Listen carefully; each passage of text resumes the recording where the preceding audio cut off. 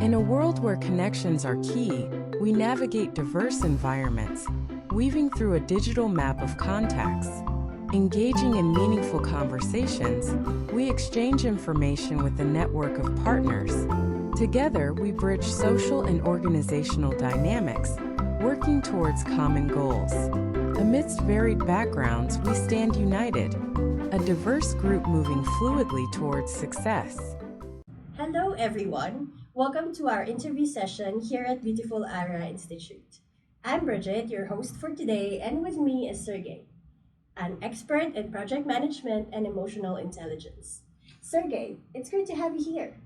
Thank you, Bridget. It's a pleasure to be here and discuss these important topics with you. We're excited to have you. Let's dive in. Today, we're diving into the concept of boundary spanning leadership and project management. So, what exactly is boundary spanning leadership? Okay, let's start with a fun one. Why did the project manager bring a letter to the meeting? Because they heard the agenda was spanning boundaries. That's a good one. Okay, let's be serious. Boundary spanning leadership involves individuals, known as boundary spanners, who connect different parts of an organization or stakeholders in a project. They facilitate communication, collaboration, and coordination across boundaries, navigate diverse perspectives, resolve conflicts, and build relationships. Key characteristics include strong communication skills, relationship building, promoting collaboration, adaptability to changing circumstances, effective conflict resolution, and strategic thinking. This leadership approach is crucial for integrating diverse groups, driving success, and fostering innovation through cross-boundary interactions within organizations or projects. What is the role of boundary spanners in project management, and what impact can they bring to a project? Boundary spanners help stakeholders communicate and form relationships.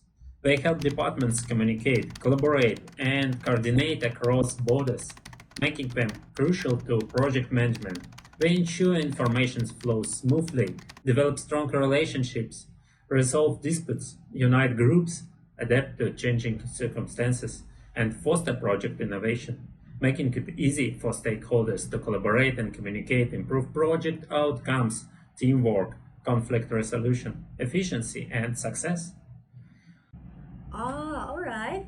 So, how do boundary spanners contribute to trust buildings between stakeholders? Trust is built when boundary spanners balance size, power, and culture by settling disagreements and reclaiming differences. They establish trust and make collaboration easier. Actively listening and finding common ground helps resolve conflicts. It fosters trust and unity. Through openness and dependability, boundary spanners develop trust and good relationships with a variety of partners. They facilitate open dialogue and collaborate decision-making among people from varied backgrounds, which strengthens connection and improves understanding. On complex tasks like managing water resources or building things, boundary spanners resolve issues and make connections to help people get along and develop trust. Building stakeholder trust improves collaboration, teamwork, and project outcomes. What are the keys activities involved in boundary spanning in mega projects? Setting limitation, representing the project, receiving information, keeping the project on track, and protecting and segregating boundary spanning duties in mega projects. What are the drivers of boundary spanning activities? Can you give me example? People transcend boundaries because of the physical environment and shifting relationships. Project management boundary crossing tasks are affected by location and relationship networks. Physical locations and buildings where project operations occur are called spatial contexts. Geographically dispersed persons may have trouble communicating. Connecting these wholes with boundary spanners links everything in dynamic relationship networks with changing stakeholder linkages. Boundary spanners are needed to handle changing interactions, resolve arguments, and maintain communication.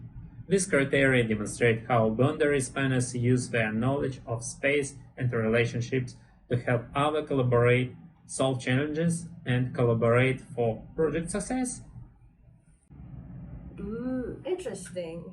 Can you share an example of a project when the project manager, lacked boundary spanning skills, and how did it impact the project's progress or outcomes? Okay, I'll give you a wonderful example.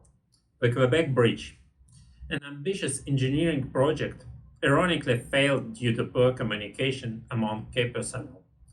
Conceived in the middle of the 19th century, construction began in the early 20th century and faced catastrophic failures.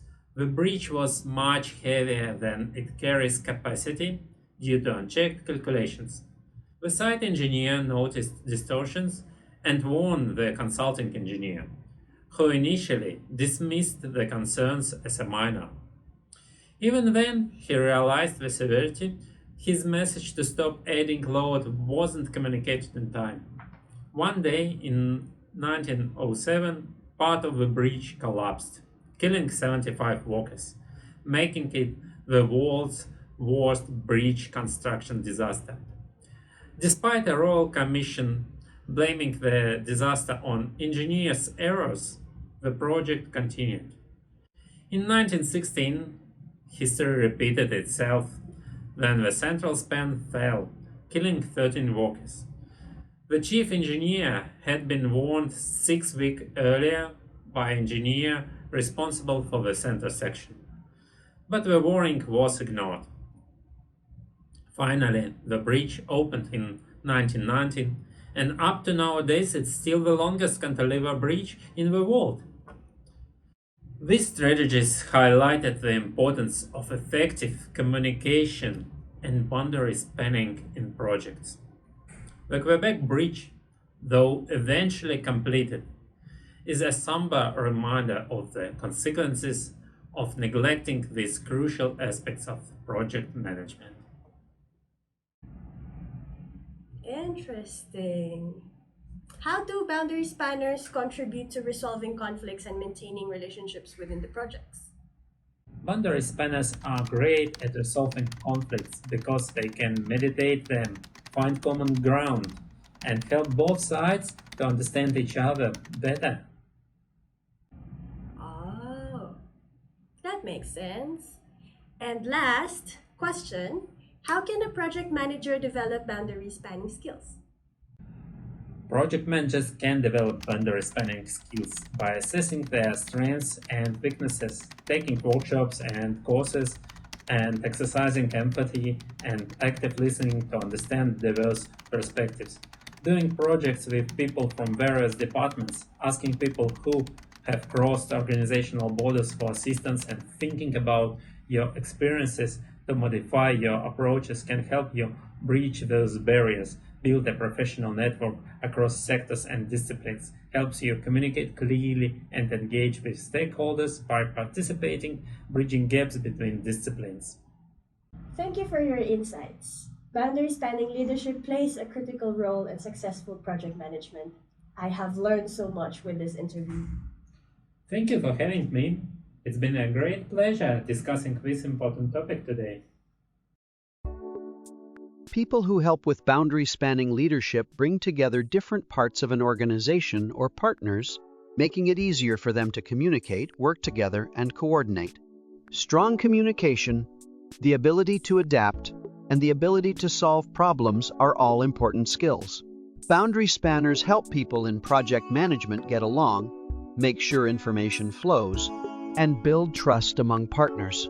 They set limits, represent projects, and make sure that megaprojects don't stop. They deal with differences in leadership, which leads to shared leadership. They make it easier for people to work together on global tech projects and fix problems with trust building. Like when people don't have the same number of resources or power, boundary spanners make projects work better and connect science and politics for sustainability.